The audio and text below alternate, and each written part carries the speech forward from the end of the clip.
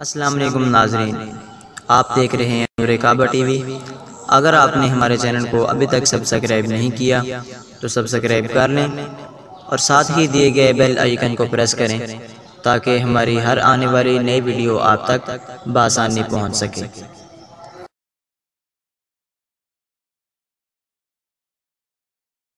نحمده ونصلي ونسلم على رسوله الكريم، اما بعد فاعوذ بالله من الشيطان الرجيم، بسم الله الرحمن الرحيم،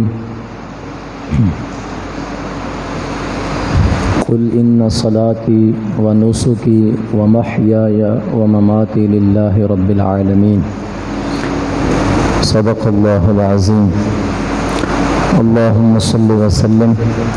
وبارك على سيدنا ومولانا محمد وعلى آله وأصحابه وأهل بيته أجمعين، الصلاة والسلام عليك يا رسول الله، الصلاة والسلام عليك يا سيدي يا حبيب الله، وعلى آلك وأصحابك يا محبوب رب العالمين۔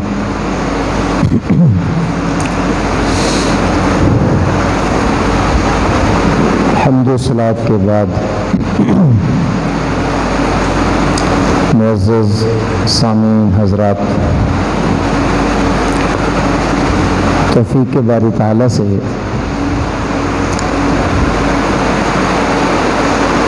حسب وعدہ آج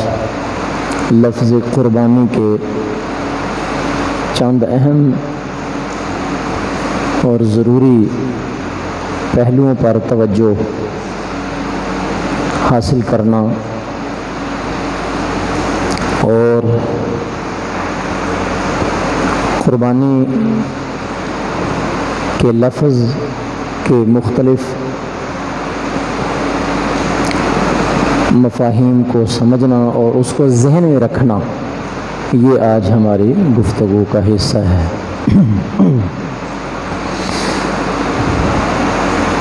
قربانی کا لفظ قرآن مجید میں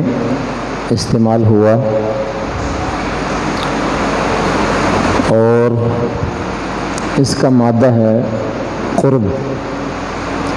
قاف را با، قرب، اور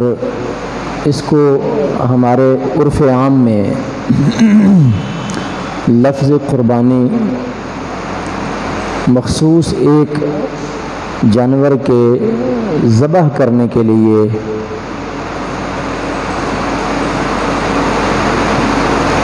ذوالحجہ کی پہلے عشرے کے آخری دن یعنی 10 تاریخ یا 11 اور 12 کو ایک جانور کے قربان کرنے کو ہم قربانی کہتے ہیں۔ اس لفظ کا مادہ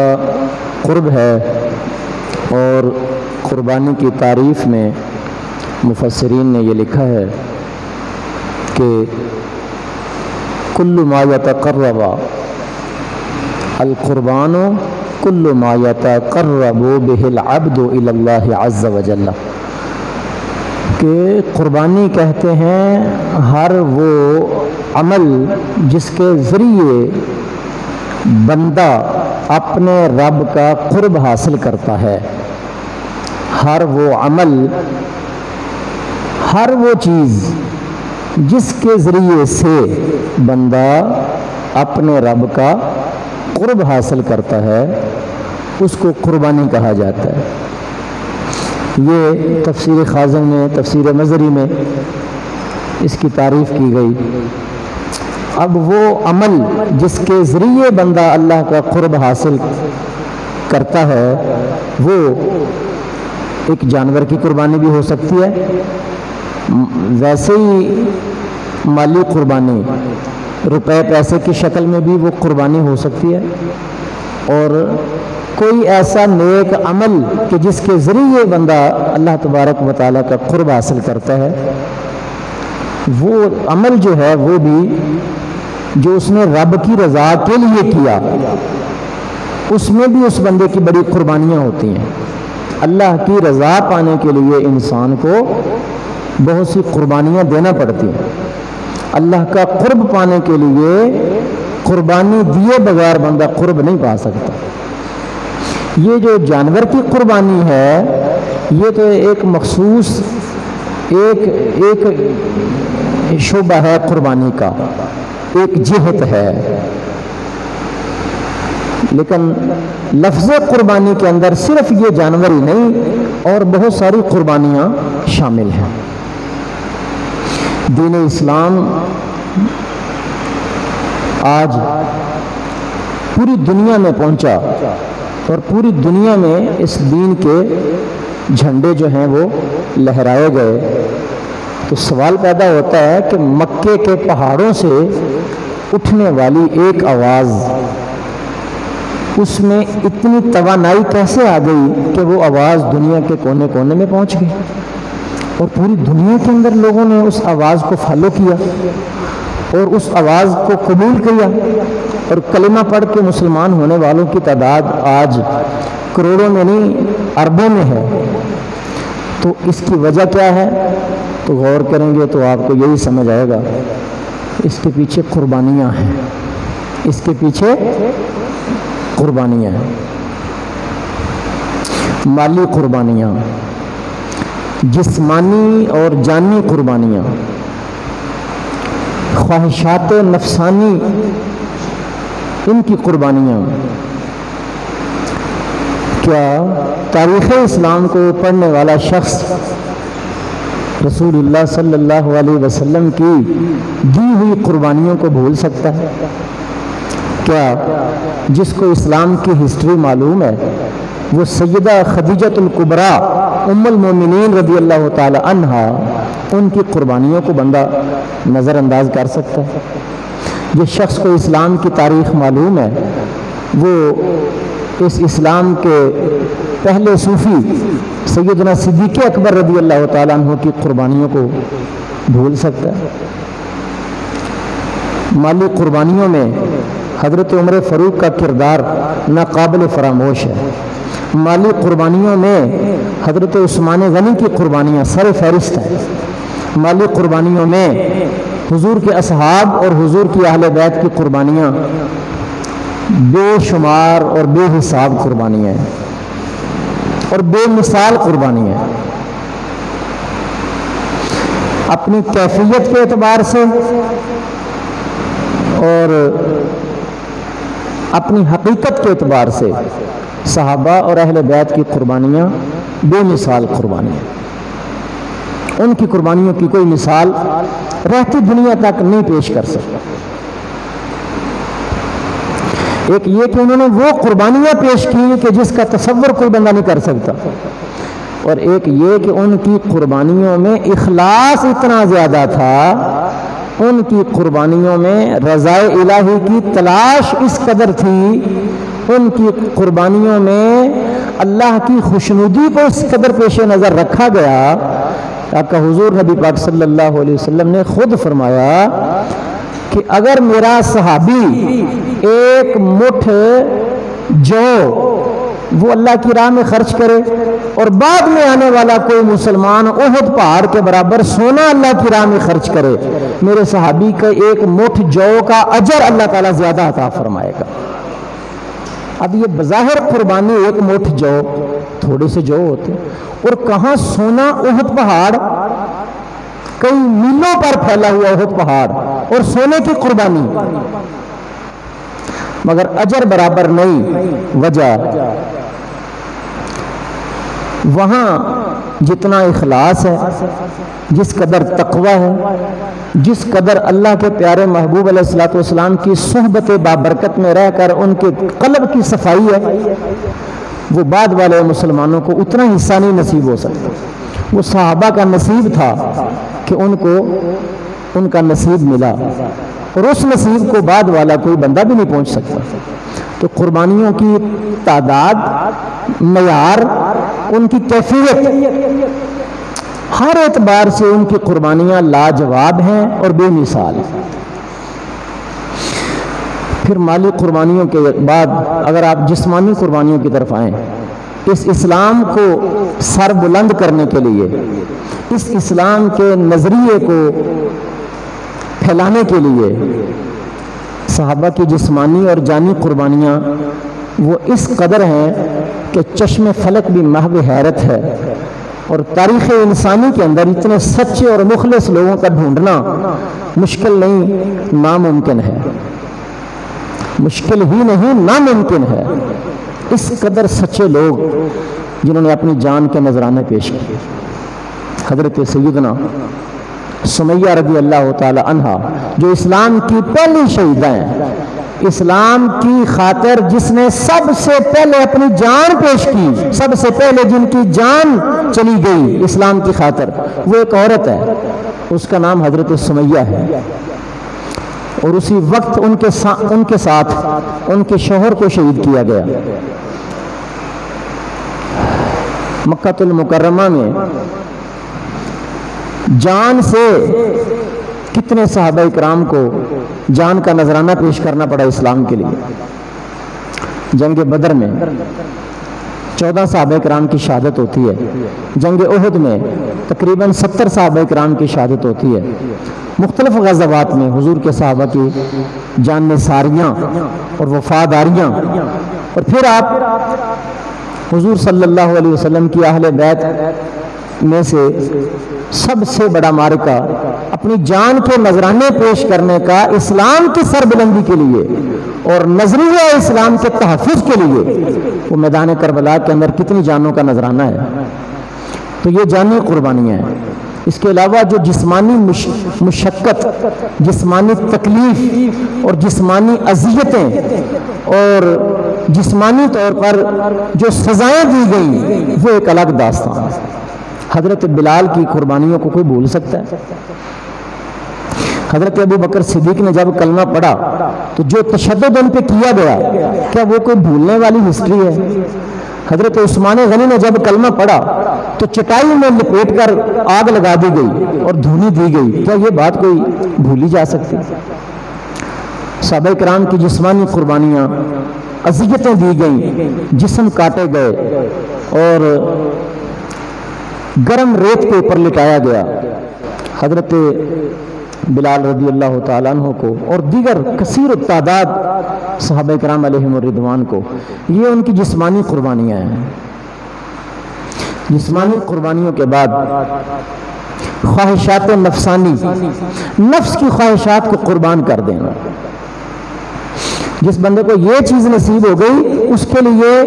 پھر مال کی قربانی یا جان کی قربانی آسان ہو جاتی ہے۔ سب سے بنیادی چیز تو ہے اپنے نفس کی خواہش کو قربان کر دینا۔ کیوں؟ کیونکہ نفس کے پیچھے لگا ہوا انسان نفس کی پیروی کرتے کرتے ایک وقت ایسا آتا ہے کہ وہ وہاں پہنچ جاتا ہے کہ قرآن مجید نے بیان کیا، 2 مقامات پر اس آیت کا ذکر ہے کہ ارأیت من اتخذ الہہ ہواہ، کہ آپ نے اس شخص کو دیکھا جس نے اپنی خواہش کو خدا بنا لیا، جس نے اپنی خواہش کو، اپنے نفس کی خواہش کو الہ بنا لیا، خدا بنا لیا، معبود بنا لیا، اس کی پوجا پاٹ میں لگا ہے۔ جس وقت نفس جو کہتا ہے وہ نفس کے پیچھے جاتا ہے۔ اور آقا حضور نبی پاک صلی اللہ علیہ وآلہ وسلم نے فرمایا کہ انسان کو ہلاک کر دینے والی 3 چیزوں میں سے ایک چیز ہے انسان کا اپنے نفس کے پیچھے چل پڑنا، ہوا متبع، ایسی خواہش جس کی پیروی کی جائے۔ جس بندے کی خواہش اتنی جوان ہو گئی، اس کی خواہش اس پہ اتنی غالب آ چکی ہے کہ وہ ہر وقت اپنی خواہش کے سامنے سر بسجود ہے، اپنی خواہش کے سامنے ہر وقت گھٹنے ٹیک کے اپنی ہار مان کر بیٹھا ہوا ہے، اور جو نفس کی خواہش ہوتی ہے اس کو پورا کرتا ہے۔ تو نبی پاک علیہ السلام فرماتے ہیں کہ بندے کی تباہی اور ہلاکت کے لیے سب سے بڑی چیز یہ ہے، جس بندے میں یہ آ گئی بندہ ہلاک ہو جاتا ہے، بندہ تباہ و برباد ہو جاتا ہے۔ نفسانی خواہشات سے بچنے کے لیے قرآن مجید میں متعدد مقامات پر خوف خدا کو بطور نسخہ قرار دیا گیا۔ اللہ تعالیٰ کی ذات کا جو خوف ہے، اللہ تعالیٰ کی ذات پاک کے سامنے حاضری کا جو تصور ہے، بارگاہ الہی میں پیشی کا جو تصور ہے، وہ انسان کے نفس کی خواہش کو توڑنے کے لیے کارگر ثابت ہوتا ہے۔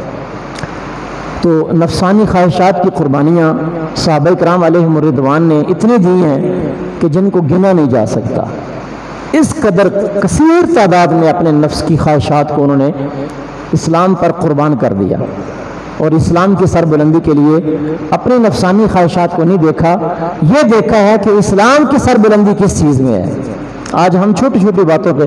اپنے نفس کے کہنے پر، اپنے نفس کی خواہش پر ہم حرام کماتے ہیں، اسلام کو نہیں دیکھتے، نفس کی خواہش کو دیکھتے ہیں۔ ہم روزی بڑھانے کے لیے، دولت بڑھانے کے لیے جھوٹ بولتے ہیں، اسلام کو نہیں دیکھتے، نفس کی خواہش کو دیکھتے ہیں۔ ہم اپنی جھوٹی عزت بچانے یا بنانے کے لیے اسلام کو نہیں دیکھتے، نفس کی خواہش کو دیکھتے ہیں۔ نفس کیا چاہتا ہے، جو نفس کی خواہش ہوتی ہے اس کے مطابق ہم کر گزرتے ہیں۔ یہ نہیں دیکھتے کہ جو میں کر رہا ہوں کیا اس کی اسلام بھی اجازت دیتا ہے یا نہیں دیتا۔ نفسانی خواہشات کی ایک لمبی داستان آقا حضور نبی پاک صلی اللہ علیہ وآلہ وسلم کے صحابہ کی سیرت میں ہمیں ملتی ہے۔ حضرت سعد رضی اللہ تعالی عنہ نے جب اسلام قبول کیا، بظاہر آپ شکل کے اعتبار سے خوش شکل نہ تھے بظاہر، تو حضور کے سامنے اپنی خواہش ظاہر کی کہ حضور میں چاہتا ہوں کہ میں نکاح کر لوں، لیکن مجھے کوئی رشتہ نہیں دیتا کیونکہ میری شکل زیادہ خوبصورت نہیں ہے۔ نبی علیہ الصلوۃ والسلام نے فرمایا کہ میں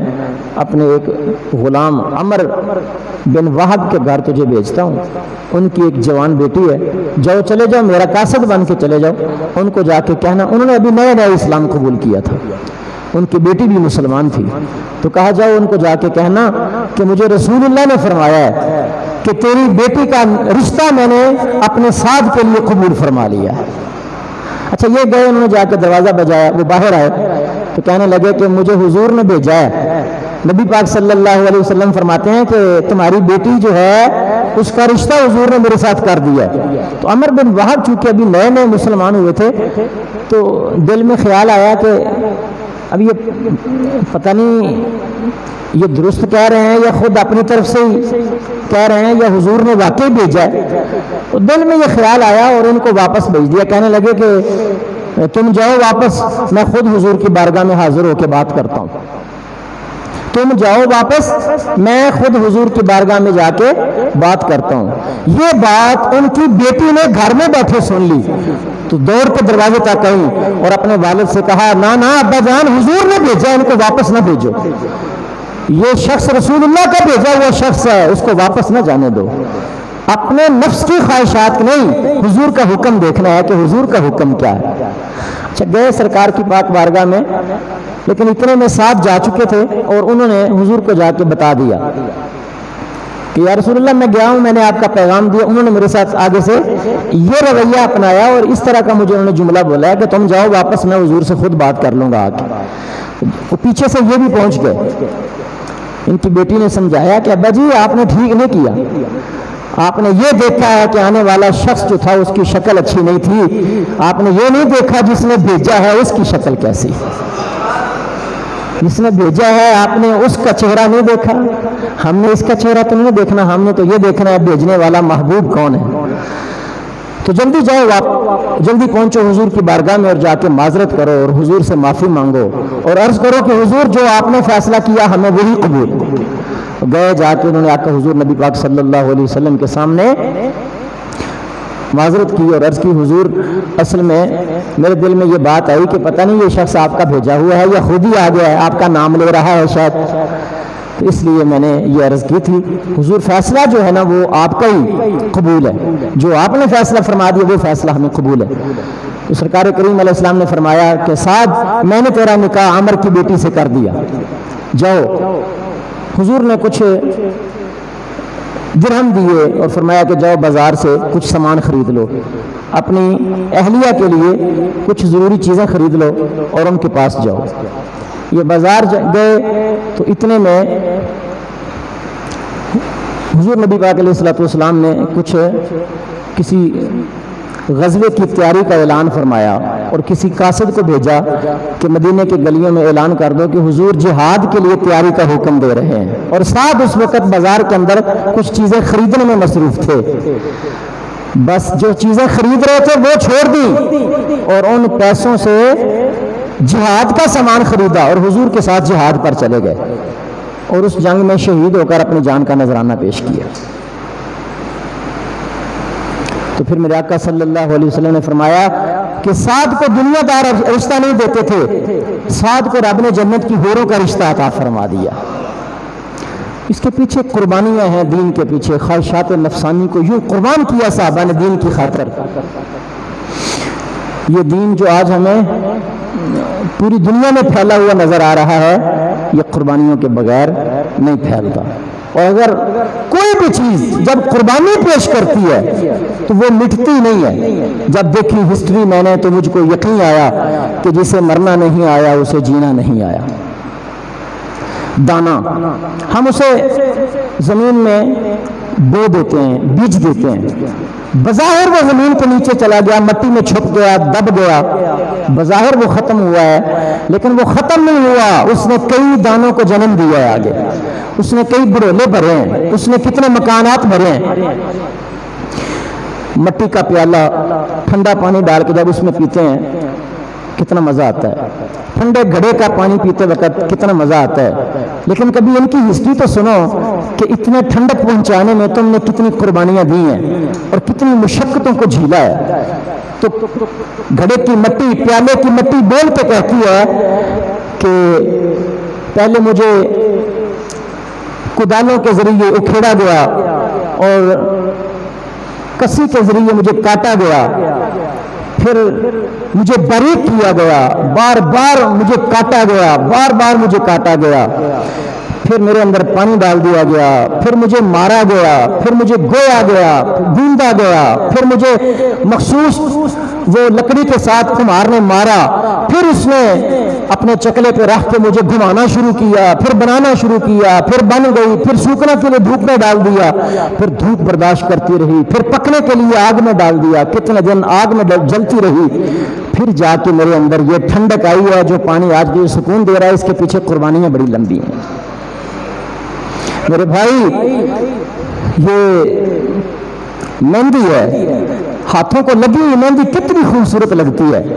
ہاتھوں پہ بنے ہوئے پھول کتنے خوبصورت لگتے ہیں، مگر اس سے کبھی پوچھو تو صحیح کہ اتنا گوڑا رنگ دینے کے پیچھے قربانیاں کتنی ہیں۔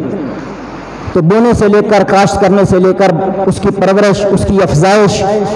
اور اس کو جو ہے وہ پکنے تک کتنا ٹائم لگا، پھر اس کو کاٹا گیا، پھر اس کو سوکھنے کے لیے دھوپ میں ڈالا گیا، پھر اس کو اتارا گیا، پھر اس کو چکی کے دو پاٹ کے اندر پیسا گیا، پھر اس کو جو ہے وہ میدا بنایا گیا پیس کر، پھر اس کے اندر پانی ڈالا گیا، اس کو گوندا گیا،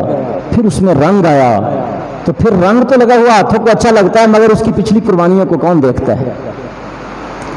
آج ہمارے لیے سوال ہے کہ ہمیں بیٹھے بٹھائے دین مل گیا،